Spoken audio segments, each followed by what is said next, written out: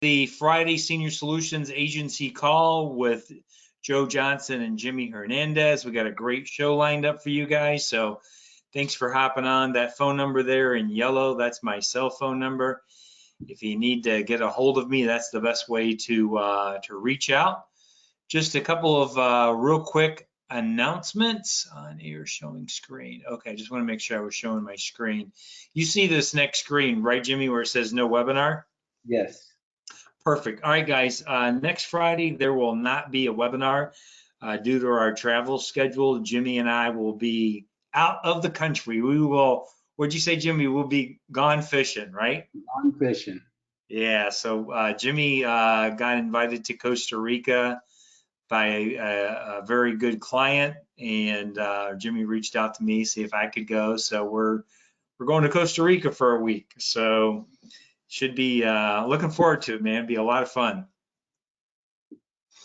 So no webinar next week. This is really the last, I guess, business days. You have until the 15th to order these folders. I'm going to be gone for a week, but if you still want to take advantage of the sale, we got the new updated folders. Get your, I appreciate all the, was at the post office yesterday mailing out a bunch of folders for agents. So if you missed it and you want to get the folders, here's the special. They're normally 97 cents and you pay for shipping.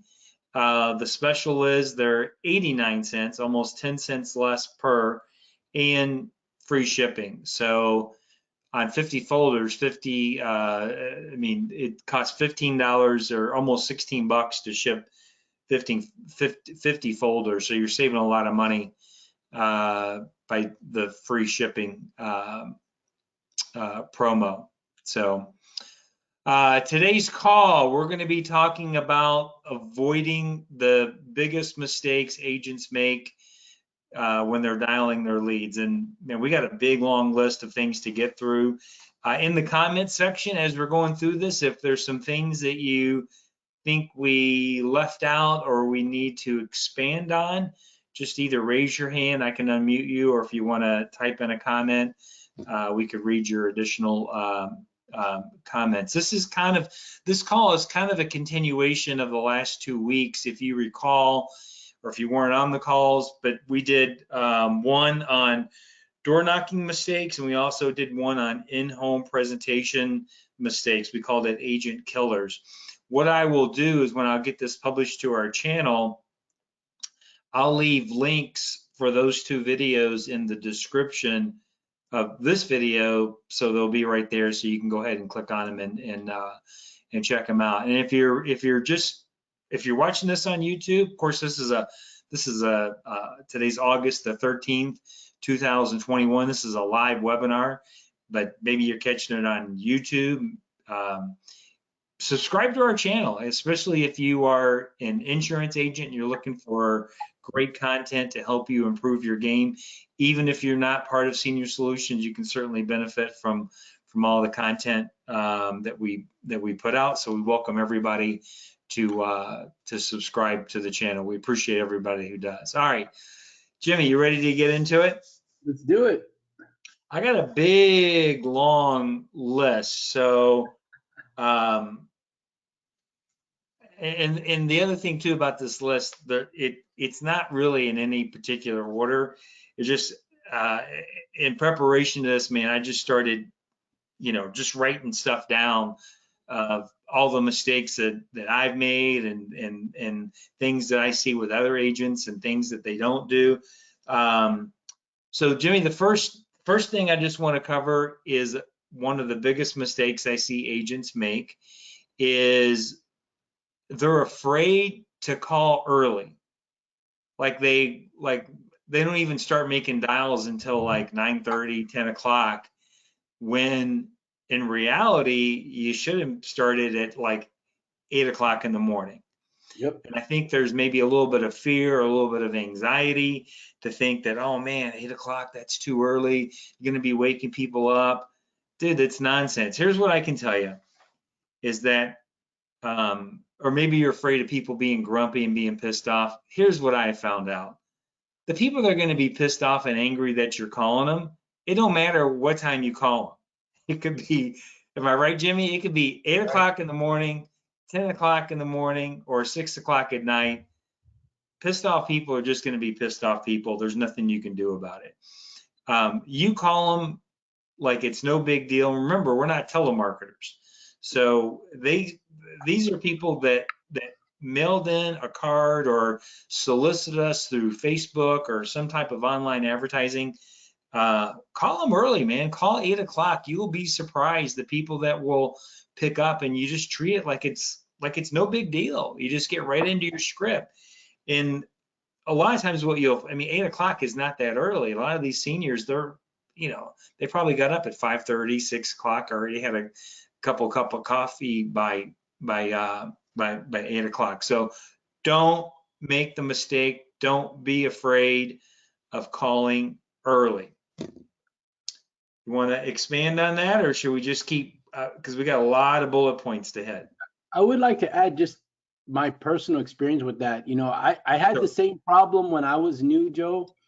And I remember you telling me, dude, call it 8 o'clock on a Saturday. And I'm like, oh man, people are going to be upset. And it Right. wasn't until Joe actually sat down with me on a Saturday in Dallas at a conference, and we started making dials. And he booked, I don't know, I think like 4 appointments in 30 minutes between 8 and 8:30. And Right. I could not believe the amount of people that answered the phone. So then when I got back, I said, okay, I had to get over that fear, suck it up, and just start hitting the buttons.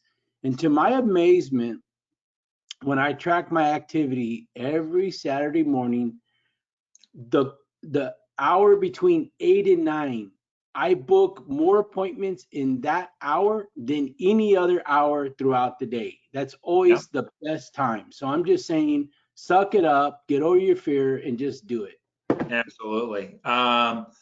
The other thing I'll let you hit on is it kind of goes with being afraid to, maybe it's not afraid, but um, not making dials on Sunday. Do you want to talk about that? I know a lot of agents, I don't want to bother people on a Sunday. Could you expand on why Sunday's a great time to call?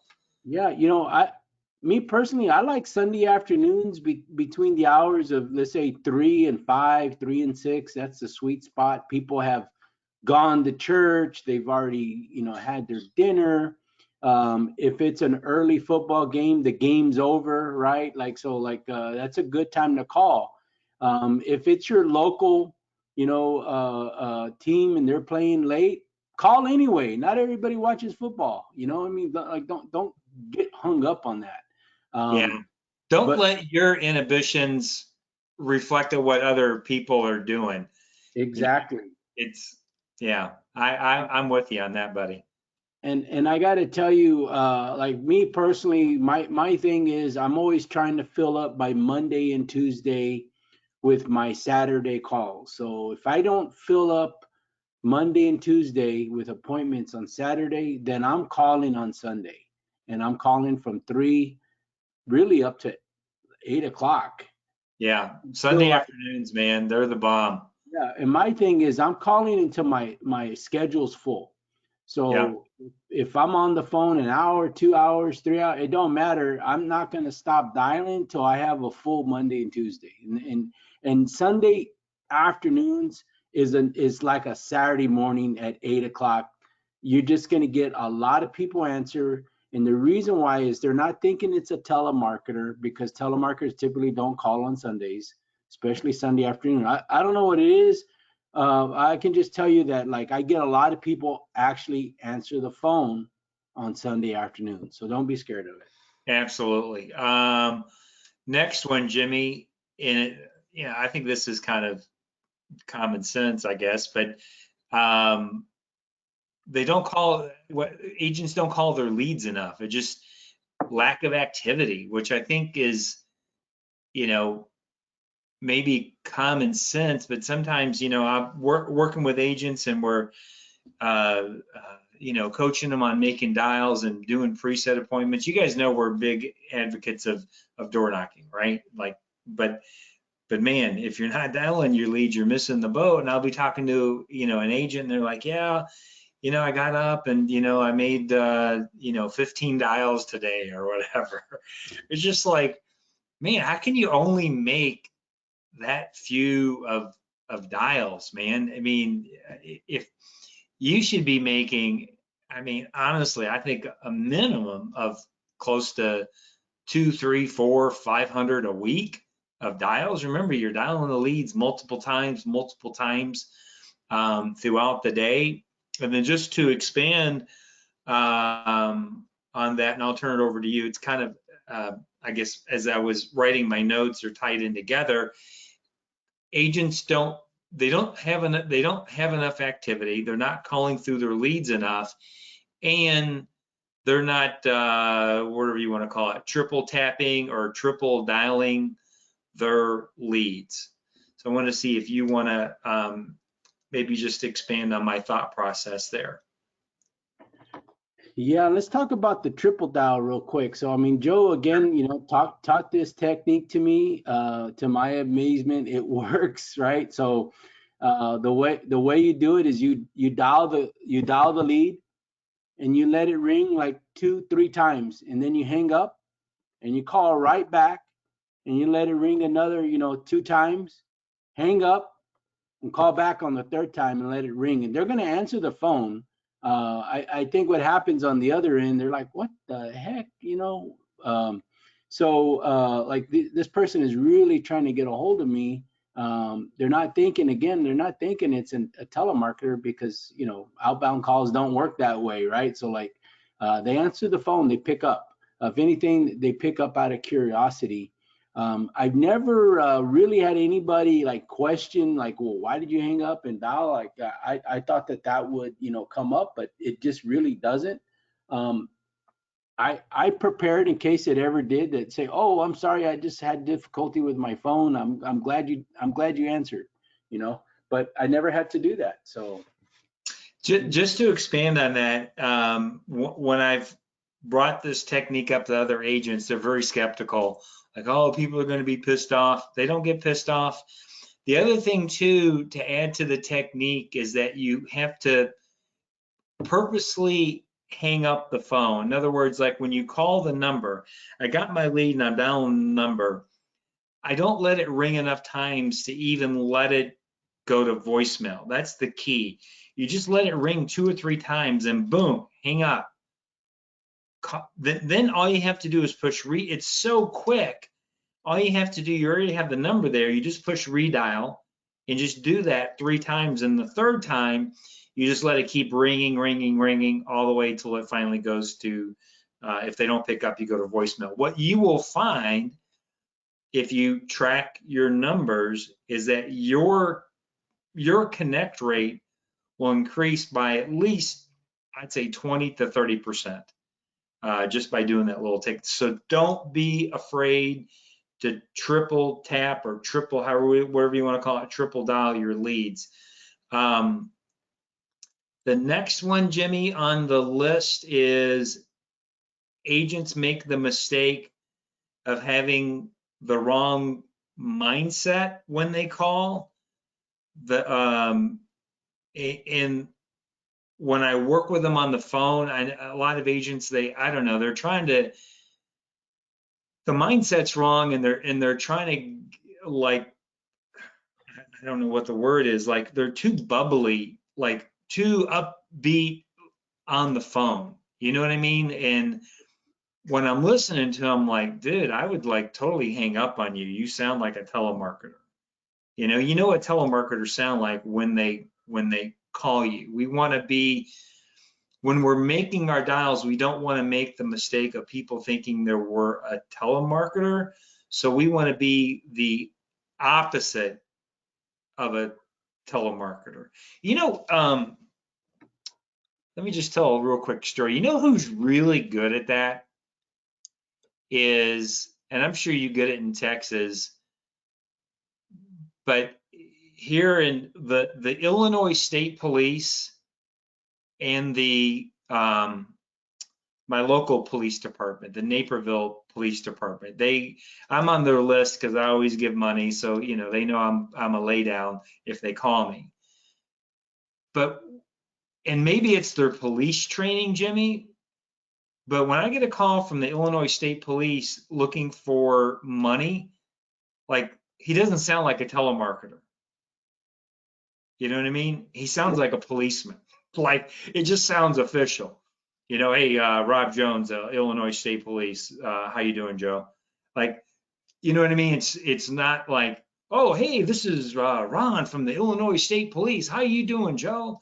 You know, it doesn't. You know, it's just kind of a different tonality. So, I know if you want to maybe expand or talk a little bit about that, about how to have the right mindset, so when agents are making dials, they don't sound like a telemarketer and they don't get people hanging up on them.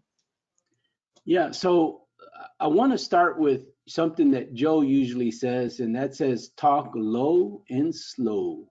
So slow down and talk with a low tone of voice, not a high tone of voice, right? Low and slow. And that's going to grab their attention. You're not going to sound like a telemarketer. The other thing is, and I don't know if this is on a separate list, but kind of like in the mindset category, is you want to set the appointment. That's your objective, not trying to convince, persuade, or sell them on the product over the phone. Your job is not to explain all the details over the phone. Your job is simply to schedule the appointment. At the appointment, that's when you cover all the details, right? Right. So when they say, what is this all about? Don't make the mistake of going in and trying to explain the whole thing. No, what this is all about is that you had filled out a card requesting information about the state regulated programs for final expense. That's what it's about. And I'm going to be in your area tomorrow. And I just wanted to stop by, see, if you'd be available in the morning or in the afternoon, just like really low, really slow, real casual. That's how you handle it. Right. Ca- Casual, but confident. You know what I mean? Like you have to have that relaxed confidence about yourself. And that's something that I don't know how you learn that other than just through pure, repetition and just in training. The just to expand a little bit on that, you covered it. Make sure you go low and slow. A lot of agents make the mistake is that they talk way too fast. Purposely slow down the what I would call the cadence of your speech. Slow it down so you have a nice slow cadence and have that and change your tonality a little bit. So you do remember you don't want to sound like a telemarketer. In the best way not to sound like a telemarketer is to understand in your heart of hearts is that you're not telemarketing. Is that once you get it in your head and you understand that, wait a minute, these people solicited me. They sent a letter in. They responded via email or Facebook or however, smoke signals, however it is they responded. They reached out to you asking for more information. Our job over the phone is simply just to book the appointment to deliver the information in which they requested. That's it. Um, the kind of a segue to that, Jimmy, I'll cover is, and agents they just don't follow the script. They read the script, they say, oh, this is, I could write a better script than this, and they write some big, huge, elaborate script, some fancy 3-page scripts that goes into all these details and stuff. And next thing you've given the client so much information over the phone, they don't need to see you anymore. You became friends with them. You guys are laughing on the phone, and now you're buddies, but you're not booking an appointment. Okay, so don't make that mistake. Just follow the script. And today's training, we'll touch on a few things. Jimmy and I have plenty of training out there about how to do the script. script training, overcoming objections. This training call is really to help you become more efficient and help you book more appointments by not making those mistakes. So, and then the other one, Jimmy, is just not being prepared to handle objections, which at the end of the day is really just a lack of training. Not working with your coach, not going through all the scripts and all the rebuttals that we have, because we have them, pretty much all of them out there. The thing about it is what I can tell you is over the phone, and we've got a great training call on that. You can find it. I can send it to you if you need it. Is that really just about every objection that you get over the phone can be handled in just one or two ways. You just got to remember, no matter what their objection is that your job is simply to deliver them the information. So whether they say, I don't have time, can you just send me something in the mail? It can really all be handled with one or two different ways of doing that. So be prepared, be a student of the game, learn to overcome those objections, be prepared to do that, and learn the skill of, and it's really just a lack, it's just really just honestly, it's just a lack of training to do that. Joe, I remember when I first started, what I did is I printed out the script and I printed out the rebuttals to the objections, and I had them in front of me on every phone call. So the reason why I had the script was not so that I could read it while I was speaking to them, was because if I got lost, in thought, maybe they asked a question or threw me off, I could look back where I need to pick up. And then I had all the objections. So if they gave me an objection, I can look, and then I would just say that rebuttal, like just have it in front of you. I did that for a while. I don't know how long, but I mean, I did that for a while. And then after a while, I just didn't need it anymore. It was internalized. Right. The other mistake I think I see agents make is that they don't want to make calls, or they're hesitant to make calls until they think they're perfect on the phone, which it ain't going to happen. Or they don't want to make calls yet until they know all the rebuttals. Man, just learn one or two rebuttals. I'm just telling you, if you learn one or two rebuttals, you can pretty much use that almost for any objection. So the other big mistake, and I've been guilty of this, and I know everybody on the phone has been guilty of this, is you get the client will ask you a question, you'll get sidetracked, and you end up giving away way too much information over the phone. You talk too much, and then they ask you for a price, and well, how much is this going to cost me? And next thing you know, you're giving them a quote, or just it's just a total debacle. So Jimmy, what would be a good tip, I guess, or how do you not make the mistake of talking too much? Just stick to your guns. Don't answer those questions. So like if they start asking me a lot of questions, I'll say, well, that's what we're going to cover in the meeting tomorrow. Make sure to answer all your questions then, and then, just get back to it. So in other words, you're not saying you're not going to answer their questions. You're just saying, I'm going to answer your questions tomorrow at the meeting. That's what the purpose of me meeting you. Got it. Yeah, perfect. The other mistake, and this just, man, this is one of my pet peeves, and it really, I want to say almost irritates me when I'm talking to an agent and I hear them tell me that they did this over the phone, and that is the agent doesn't want to waste their time with a client, so they start grilling them on health questions. Oh my God. I'm going to expand on that in a second. Go ahead, Joe. Go ahead, expand on it. That's what I want to talk about agents making the mistake of, trying to qualify the client over the phone for health. That's a big no-no. Don't do that. You might want to ask, like, I just want to make a quick note, are you a smoker, non-smoker? Not because you're trying to qualify them, but just sometimes I do that just to make them feel like, yeah, this guy's not a telemarketer. He's an actual, agent. Sometimes I throw that in there, sometimes not. Don't make it part of your script. Just depends on the conversation, right? But I Yeah, do not qualify him. I once had an agent, Joe's gonna laugh if he remembers this, is that in order to save time, he was asking everybody, and do you have a bank account?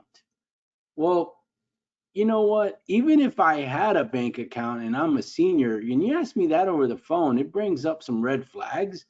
So mm-hmm. everybody was telling them no. So he was like, these leads suck. Nobody has a bank account. And he didn't even go out and see them. I was like, dude, what the hell? You know, don't try to get clever and pre-qualify, or kind of like, in your mind, you should not be thinking, I'm going to eliminate the duds over the phone. That Yeah, just, that's stinking thinking right there. You yeah, have to go out and meet everybody.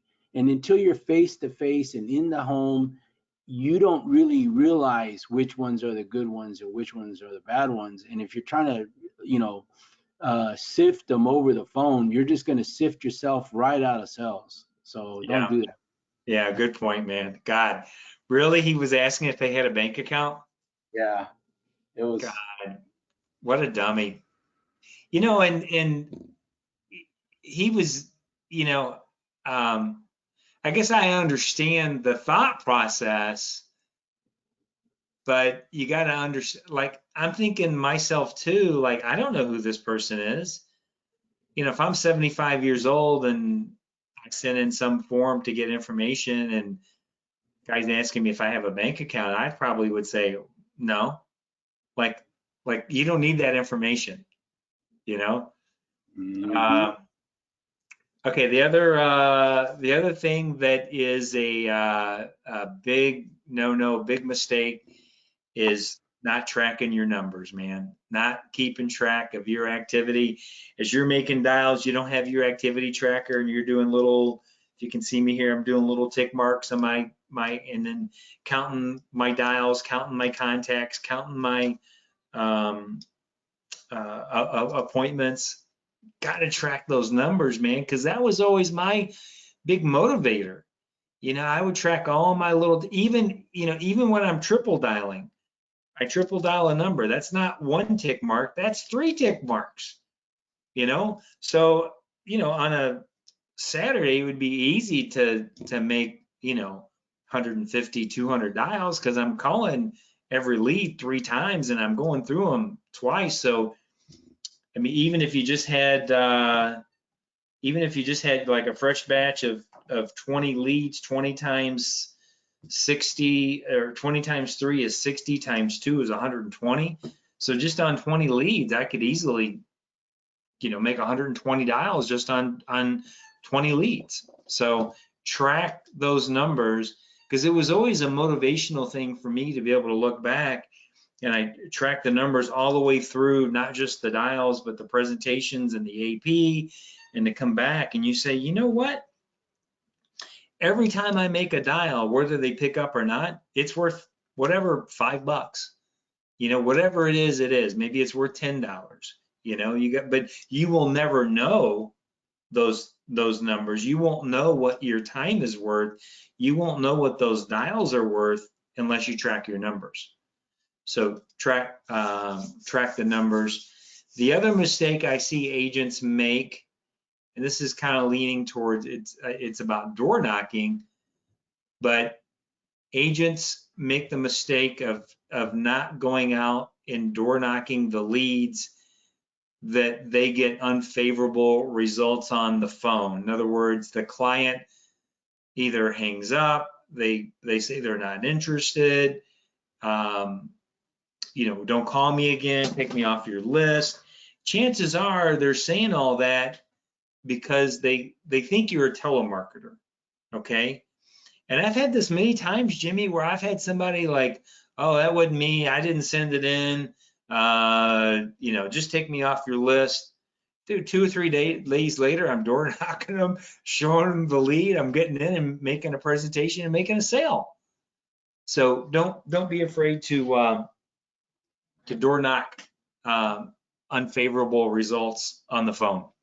Hey Joe, this is kind of more of a tip, but I mean, what I do with that person that just like really, I'm gonna say adamant that they did not fill out the card, and not only did they not fill it out, that they're agitated. And so usually I just, just stay calm, right? Just, keep peace in your voice and just say, well, it's filled out by hand, and it was, first off, it was mailed to your house. It's filled out by hand and it was returned, so, maybe someone in the house filled it out. It lists here that your date of birth is this, your wife is so and so, her date of birth is this. Is this information correct? And then if they get like really agitated, yeah, I don't know who has that information and stuff. I said, well, you know what? That gets me really mad too. You know, I wonder, we need to get to the bottom of this, Joe, right? So I start getting mad. I start getting puffed up about it. And I say, you know what? I'm going to be in your area tomorrow. Why don't I stop by and show you the card? And you can take a look, see if you recognize the handwriting. What time do you think you'd be available? Boom. That's an appointment, baby. Right. Nice way of turning that around is that instead of getting like confrontational or getting defensive, you get on their side. You know what I Exactly. mean? Yeah. Um, the other mistake that agents make is that they book. I just want to call it, I guess you can say they book too many week appointments. They either stretch them out too far. They're calling on a Saturday or Sunday, but the client can't meet till Wednesday, or they're calling on a Monday and they say, well, I won't be available till Friday. Um, and then they book too many what I call like flaky appointments. Um, they're not tying the client down, I guess, enough that they're gonna, yeah, I might be home.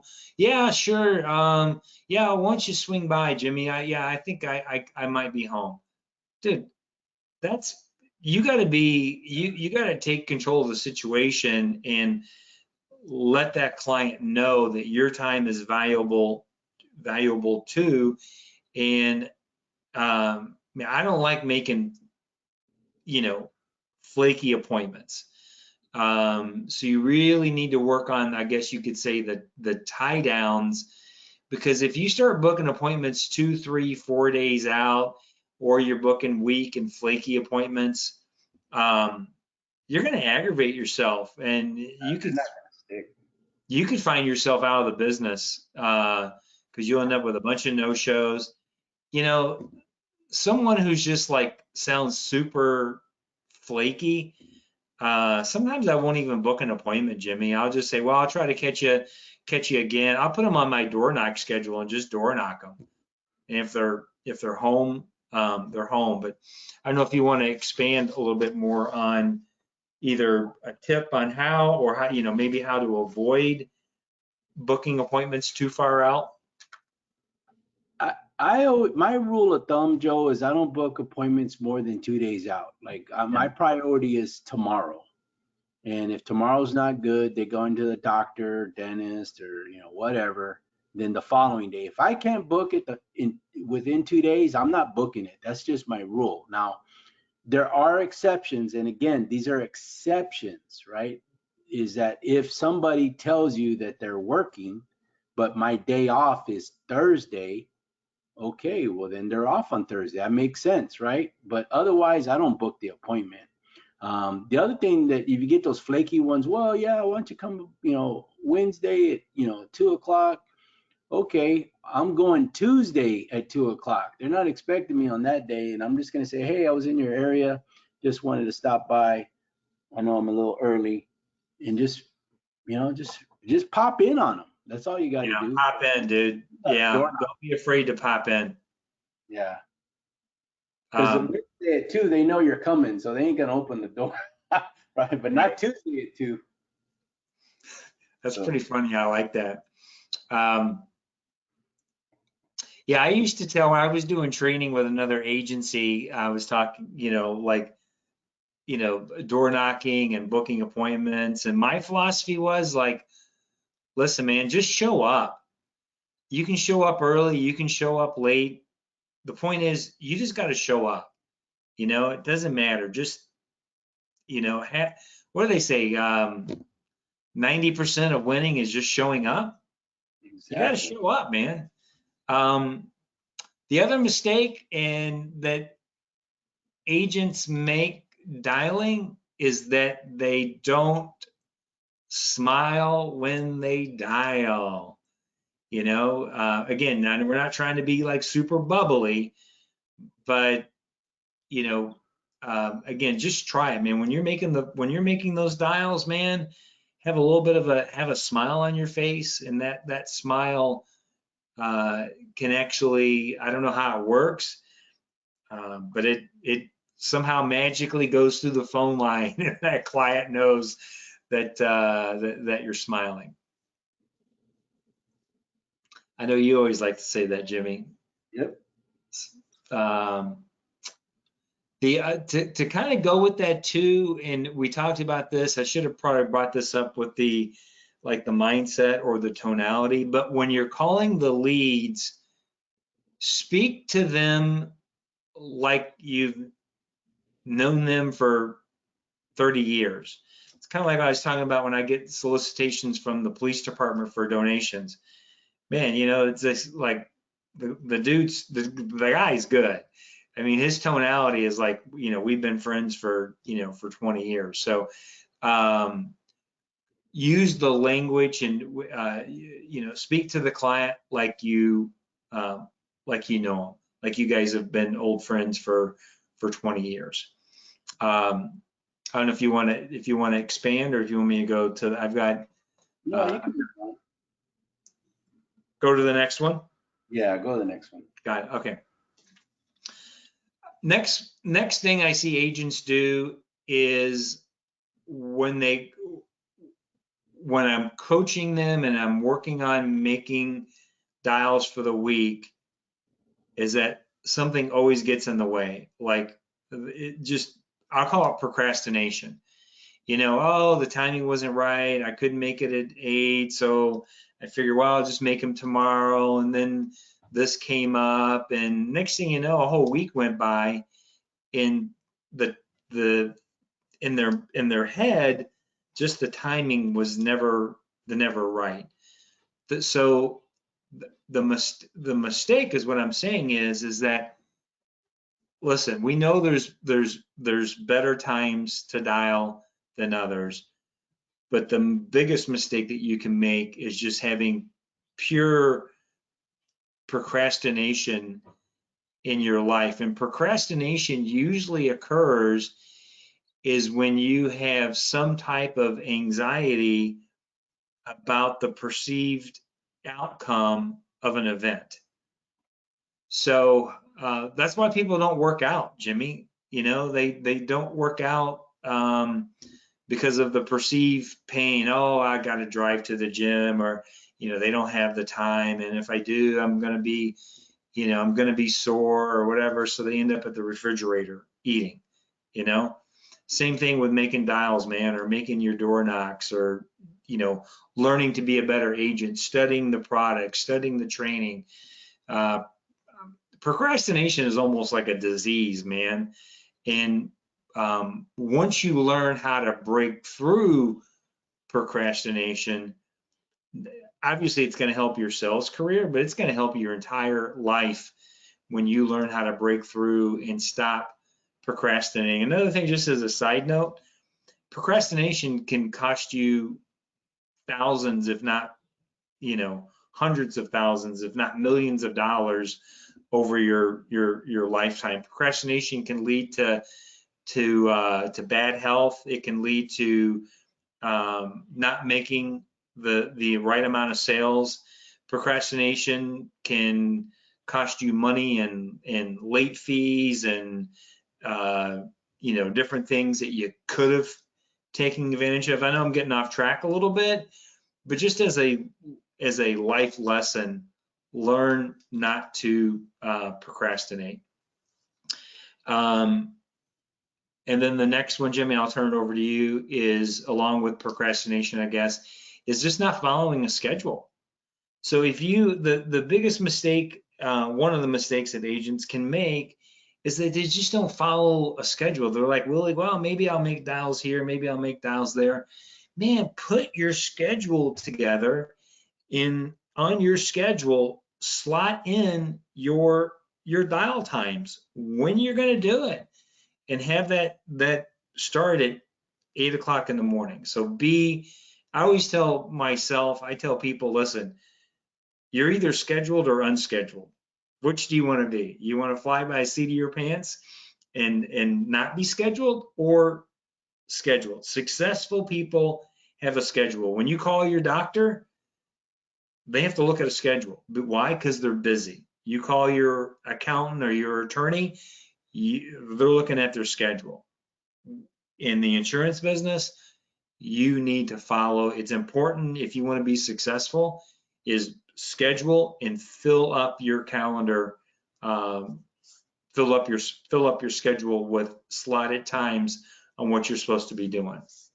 I'll turn it over to you if there's anything you want to expand, or if there's another tip or mistake that you want to talk about. Well, I've heard many times, and I've read books, and a common thing from billionaires, not millionaires, but billionaires, is white spaces in your calendar is bad. Your calendar needs to be filled up every day. And so when you don't have appointments, you need to fill it up with activities. So you need to block out call time, door knock time, some sort of prospecting. You just fill that calendar up. And then every morning when you look at your calendar, hold yourself accountable to that schedule, and you'll be successful. That's all there is to it. I mean, the hard part is holding yourself accountable, but you know what? Just do it. Try it for a day, and then try it for 2 days and 3 days, and see if you can do it for a whole week, and see how much more production and I guess you can say success you've had.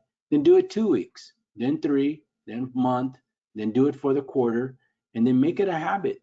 But fill your calendar, book it up. Even if you have to book it yourself with activity, you need to have every space on your calendar full. Yeah, good point. Next pro tip, or next thing that we see agents do, is, I guess what I want to say, they're not assertive enough on the phone.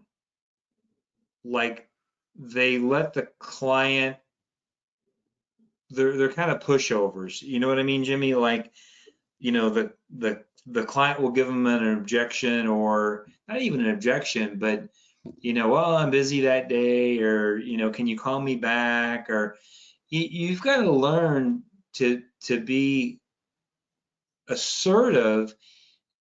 And I heard somebody say this once before. I don't remember who it was. Wasn't Jim Gordon? I can't think of the author, but it really hit me. And it was more about managing, but his saying was, you have to care enough to confront. So not confrontational, but confront. So we got to remember, when the clients are giving us objections, they're not usually really objections. They're just slight obstacles. So you really have to get good at overcoming those obstacles. So the one, I'll just go back and tell this story. The one that always got me, Jimmy, when I first got started, I'd be making my dials, and hey, Mr. Smith, and going through, and Mr. Smith would say, hey, Joe, this sounds really good. I'm just busy right now. Can you call me back in 5 minutes? Jimmy, have you ever fallen for that one? Oh, Well, I think I did, but it didn't take long to figure that was a trap. Yeah. Um, Mr. Smith would never answer the phone ever again, like lost forever. No, I can't call you back in 5 minutes. Hey, Mr. Smith, I appreciate your time. I wish I could call you back in 5 minutes. I promise you this will only take 30 seconds. And boom, you get right back into it. So you learn. So it takes a special skill. You have to learn to be assertive and um, don't, I won't say like don't believe their objections, but um, you Can, just can gotta I learn.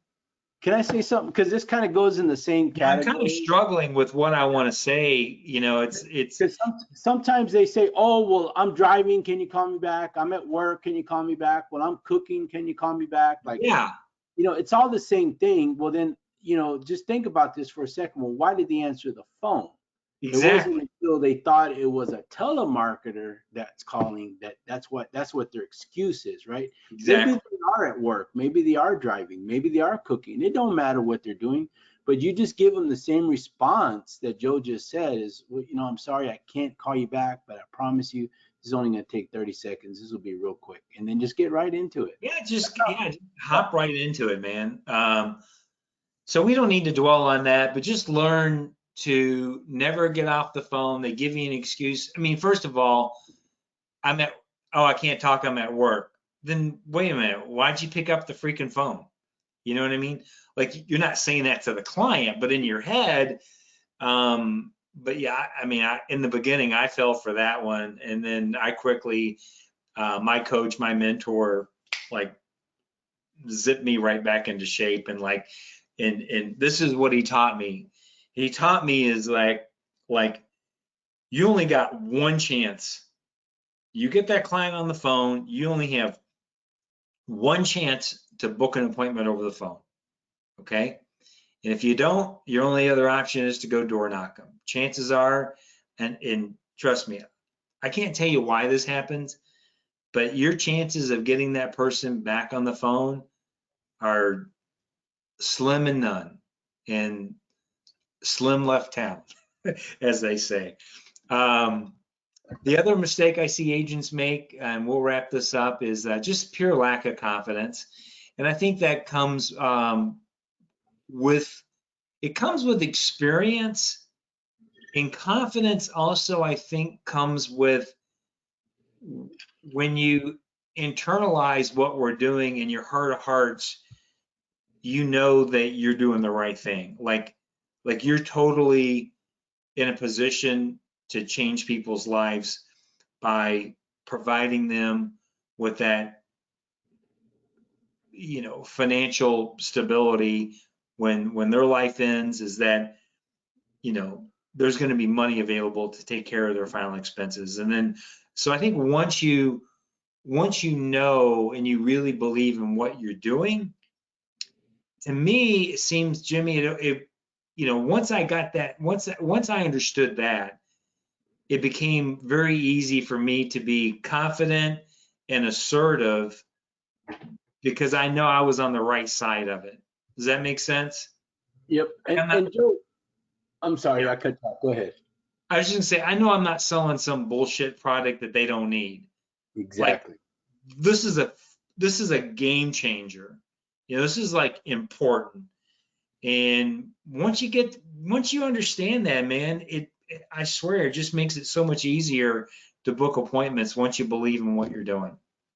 Exactly. And I've even kind of like, whether it's on the phone or door knocking or in a presentation, and I'm trying to get them to, say yes, that person that's on the fence, like you said, don't be like confrontational, but you need to like kind of take concern and confront the situation. I just let them know, well, Mr. Customer, you're the one who filled out this card. You had a concern about taking care of your family because you didn't want to burden them with that expense when you pass away. Now, my family's already taken care of. I'm here because we need to take care of your family. So what you're telling me then is that they're not important to you? Is that what you're saying? Like, so I kind of like throw it in their face, and then they start backpedaling. You just sometimes you just have to get their attention, and like what you said a second ago, you only have one opportunity, right? Right. So like if they're already blowing you off, what do you have to lose? And I have to tell you, that's really turned a lot of people around. Whether I'm prospecting, if I'm prospecting, it turned them around to set the appointment. And if I'm in the home, it turned them around to go ahead and make the decision to move forward.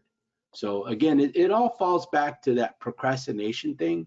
So on Yeah, their end, they're trying to procrastinate, and you have to take that compassion and just lay it out there and get them to stop procrastinating, just make that decision to do it. got it.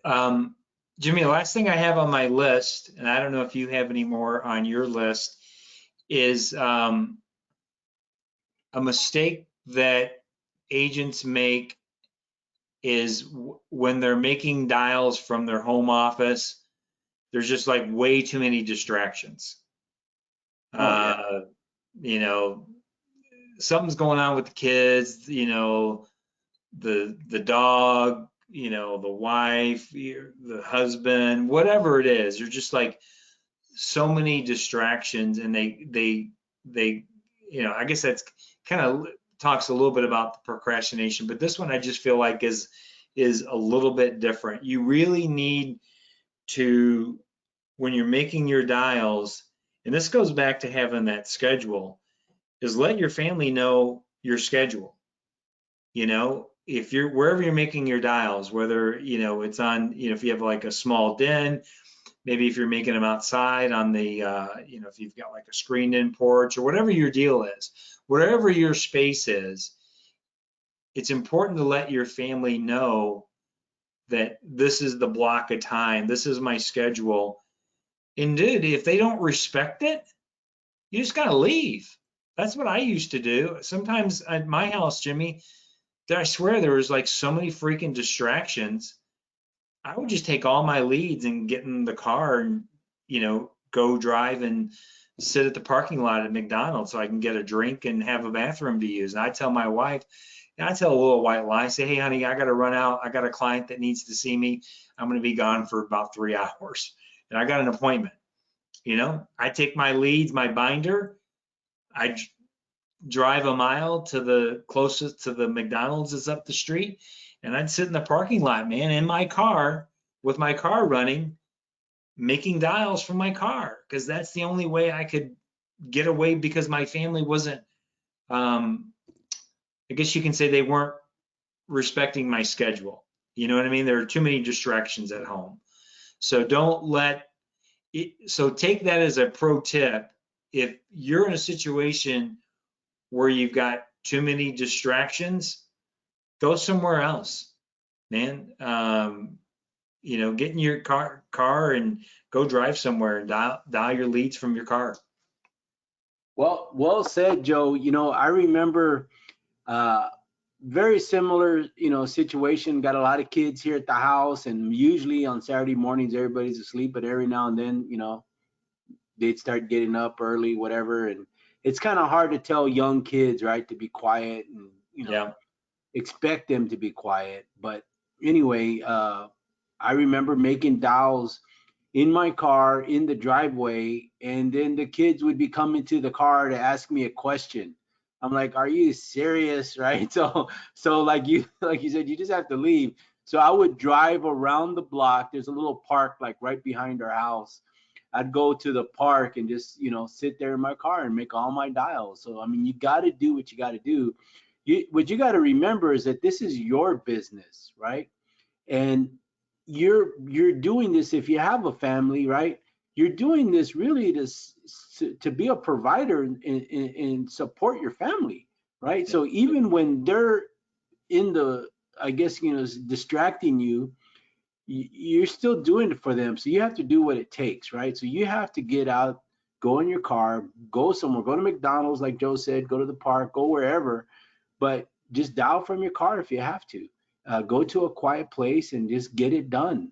And then, think about this. If you had a day job, or, you had to punch in somewhere, right?